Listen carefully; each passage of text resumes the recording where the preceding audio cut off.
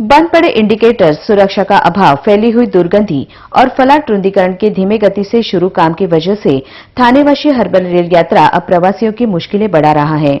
जहां रेल और सिडको प्रशासन के बीच का बेबनाव तो उसकी परेशानियां और भी बढ़ा रहा है, जिस पर ध्यान देते हुए हमेशा ही रेलवे से जुड़ी समस्याओं का जायजा लेने वाले सांसद डॉक्टर संजीव नाइक ने इन्हीं समस्याओं का जायजा लिया। जहां रेल और सिडको अधिकारियों के साथ उन्होंने एरोली, रबाले, घनसोली, कोपरखैरनी स्टेशन का जायजा लिया। जहां भीड़भाड़ के समय इंडिकेटर्स का बंद रहना, फैली हुई दुर्गंधी, राम भरोसे की सुरक्षा और फलाट रुंदीकरण के धीमे गति से शुरू काम का उन्होंने मुआयना किया।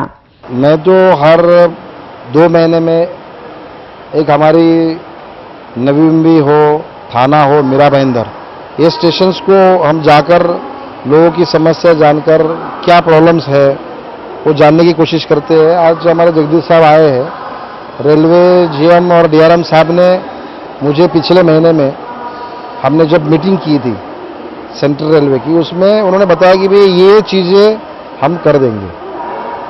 अभी क्या हुआ कि ये स्टेशन का जो 12 डिब्बे की गाड़ी जो चालू हुई, उसके लिए दिसंबर तक काम होना ज़रूरी था, लेकिन अभी भी काम, उनका कहना है टेक्निकल प्रॉब्लम की वजह से जो भी कुछ प्रॉब्लम्स हो गए, लेकिन काम पूरा नहीं हुआ है। अभी उसमें जो 2 तरीके के लोगों ने काम किया, एक फ्लोरिंग का काम करने वाला अलग है, जब तक उनका काम पूरा नहीं होता तब तक ये ऊपर के शेड वाला काम पूरा नहीं होता है। तो दोनों को इसमें ये काम पिछले 6 महीना, मेरे हिसाब से 6 से 8 महीना लेट हुआ। इसकी वजह से बारिश में आपने देखा होगा कि लोगों को भीगना पड़ा। अभी धूप आ रही है, धूप में लोगों को यहाँ खड़ा रहना पड़ रहा है। तो ये सब चीज़ें देखने के लिए आज आए थे कि भैया काम कब तक चालू होगा। तो जो कॉन्ट्रैक्टर है, आज उनको बुलाया था हमने, जीएम साहब ने और डीआरएम साहब ने कहा कि आप हमारे ऑफिसर लोगों को लेके जाइए। दूसरी समस्या हमारे इस नवी मुंबई में है, शायद हिंदुस्तान में ये एक ही इलाका है जहां रेलवे का काम सिडको और रेलवे ने किया।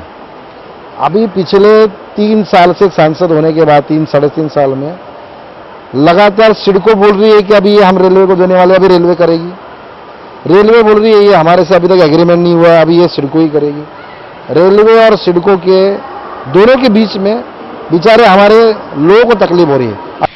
इस समय रेल स्थानकों की हुई दुरावस्था पर जिम्मेदार कौन, ये सवाल उपस्थित हो रहा है।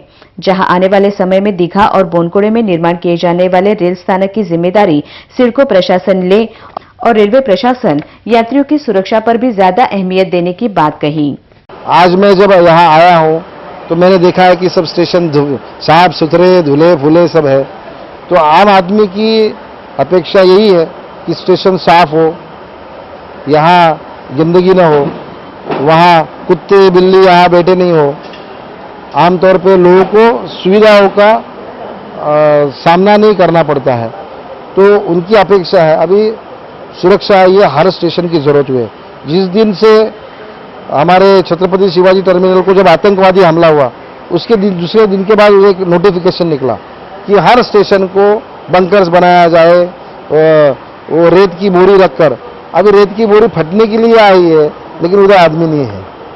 इसको, ये एक अफसर को जिम्मेदार ठहरा के कुछ नहीं होगा। जब तक आदमी नहीं आएगा तब तक वहाँ वो ना कमांडो रहेगा ना कुछ नहीं रहेगा, वो सिर्फ बुढ़िया रहेगी।